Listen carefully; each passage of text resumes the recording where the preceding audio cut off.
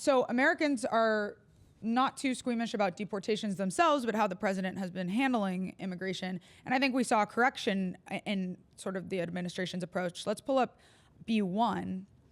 This was from a recent Post article talking about how many people had been deported in the DC area, including Maryland and Virginia. And the really interesting takeaway was that 60% of them actually didn't have a criminal background, so not worst of the worst, as the president has promised, and his administration has promised. But there has been a dip since January, so I do think that they are in some ways relenting because of public pressure. But there recently was a very unfortunate story about a young woman named Annie Ramos, 22. Can you tell us what happened there, Adam? Yeah, so Annie Ramos had been brought to this country by her parents illegally when she was just an infant or a toddler. I don't know. Infant. 22 months? Yeah, 22 months, Is that infant? Yeah. And she was, so I don't know when actually she was brought together, but when she was an infant, she had received a deportation order. This is like 2005. She went on to stay in the country and lived as far as we could tell, a very productive, positive life. She was Sunday school teacher, studying for a STEM degree, and is married to a staff sergeant in the military. And she applied to join the Dreamer program, which allows people like her who had a similar case to remain in the country and continue to avoid deportation. But her application was never processed. And so after she got married, she went to a military base, I think in Louisiana, with her husband to pick up a military ID. And she was on the process, and by getting married, she was in the process of regularizing her status here and all that. And she was detained by ICE, and it was I think the same day that she got to the base. She showed up to the base. They wouldn't let her leave, yeah.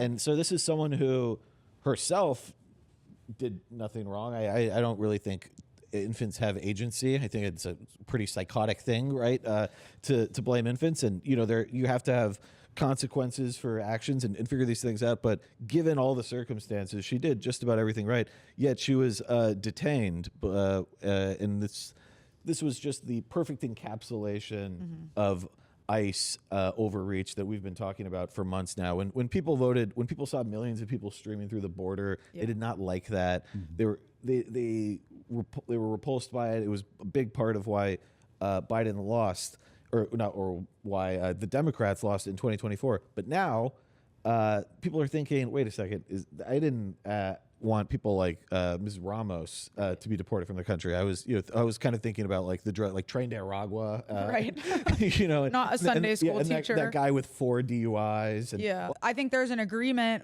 among most Americans agree with granting amnesty to Dreamers, people who were brought here when they were very young. Incompetent Congress can't get it done, but that's something that's a layup for them in terms of legislation for something pretty much everybody agrees about. It's one of those 80-20 issues. Even Trump does. Let's pull up, I think it is B5. This is from 2024, so during the campaign. Right? I think it was right after the election, but we'll fact check that. Let's. We're going to have to do something with them. And you want them to be able to stay. Yes. That's what you're saying. I do. I want to be able to work something out, and it should have been able to be worked out over the last 3 or 4 years, and it never got worked out. Biden could have done it. So, it's interesting, James. I think this has become. Obviously, even Trump seems to understand that it's unreasonable to punish somebody for what was done to them when they were an infant. And to your point, Adam, Congress can't get anything reasonable done right now. But I don't know. What's your reaction to the fact that the president seems to see the difference, but people that he's appointed and empowered don't? Ultimately, Donald Trump is accountable for what his administration does, and I think that there is always this tension where, I think Trump's heart is with the people who are hardcore, but then he's also dealing with a lot of people who aren't bought into this movement. He did run on mass deportations. The border wall was a symbol. It fueled his first campaign.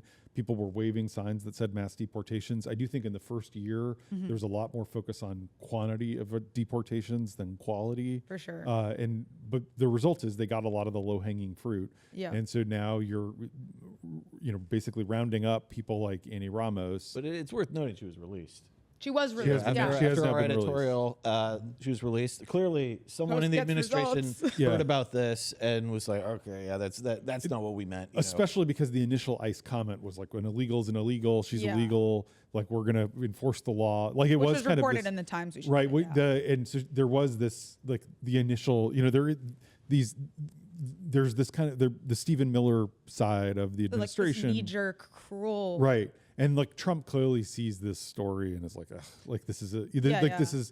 this Trump's also a businessman, Right. And Yeah, he yeah. relied on immigrant labor for decades and decades, and that's not the only. I mean, this is he's just married two of them. Yeah, this is a moral case, but if you're, someone who's allergic to morality, there's like a pretty utilitarian case for an orderly immigration system that helps our country grow, and it's a win-win for everybody. Right. And you can get rid of criminals or people who are praising the Iranian regime, right? Like that. And Annie Ramos is playing by the rules. Yeah, she's this trying to is go through not- the this is process. not like, Right. you Well, know, she herself never did anything wrong, right? She was 22 months old when she came over. Annie Ramos never did anything wrong. I think the Annie Ramos case just perfectly encapsulates how Donald Trump managed to take such big winning issues for him less than 18 months ago on immigration and the border and just collapse them, just Yeah. completely collapse them because these stories are inhumane. They don't seem intuitive. They don't seem smart. They don't seem smart, and nobody feels safer when Annie Ramos is being detained by ICE. He's just, it's amazing, really, what they've done to collapse the support that he rode back into the White House on. People did really support the crackdown on the border and addressing immigration when it came to the absolute worst, and yeah, they ruined it. And to your point, James, personnel is policy. Ultimately, the buck stops with the president. And I think that there were, some hopes for Mark Wayne Mullen, who is replacing Kristi Noem as head of DHS, to take a more, moderate approach to deportations and immigration. And he even said in his confirmation hearing on the Hill, I don't want to be in headlines every day. And I took that to mean at least that they're not going to go after people like Annie Ramos. But recently he's ratcheting up the pressure in other ways, not just deportations like this example we've been talking about, but he's threatening to take away immigration officers at major airports in cities that are sanctuary cities. So basically making it impossible for international travel in these cities. Let's check out the clip. If they're a sanctuary city, should they really be processing customs into their city? I mean, seriously, if they're a sanctuary city and they're receiving international flights, and we're asking them to partner with us at the airport, but once they walk out of the airport, they're not going to enforce immigration policy, maybe we need to have a really hard look at that, because we need to focus on cities that want to work with us.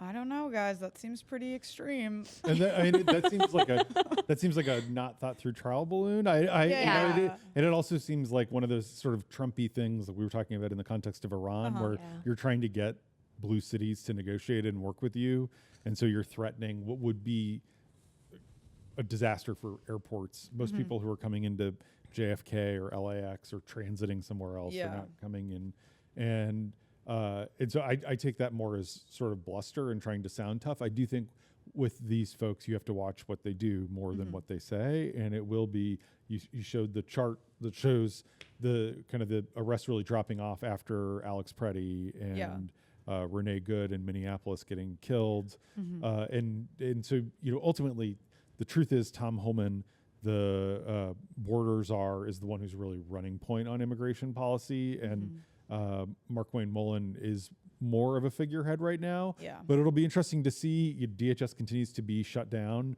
and We're still in a shutdown. We're still in a shutdown. That's Will they be crazy. trying to get? I know. Will they be We're trying still to in get? a shutdown. Will they be trying to get warrants to go and do? Will they be like how many more Annie Ramos kind of situations do Right. they say? Oh, that was a screw up. So I think the jury's still out on. But on can we Mark just Wayne. reflect on that for a second? How on earth are we still in a shutdown?